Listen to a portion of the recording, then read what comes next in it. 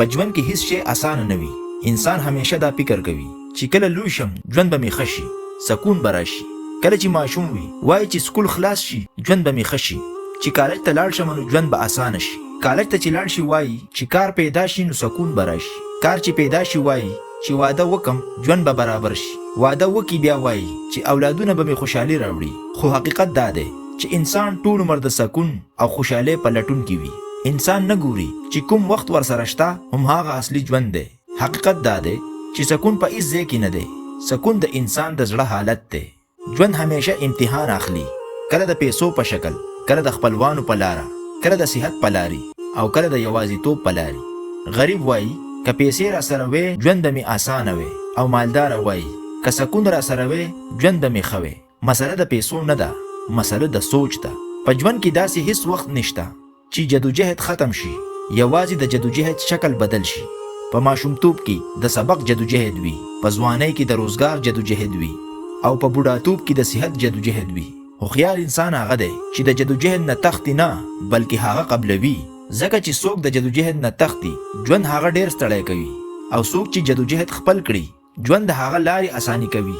موږ اکثر وایو هغه ورځې ډېرې ښې وي، د سکول ورځې ډېرې خوندورې وي، د کالج ژوند ډېر ښه و. خو حقیقت دا دی په هغه وخت کې هم موږ خوشحاله نه وو، هلته هم د بل وخت انتظار و. اصلي مسله دا نه ده چې ژوند سخت دی، اصلي مسله دا ده چې موږ بل ژوند غواړو. که نن ته غریب یې نو شکر وباسه چې ژوندی یې، ساه اخلې.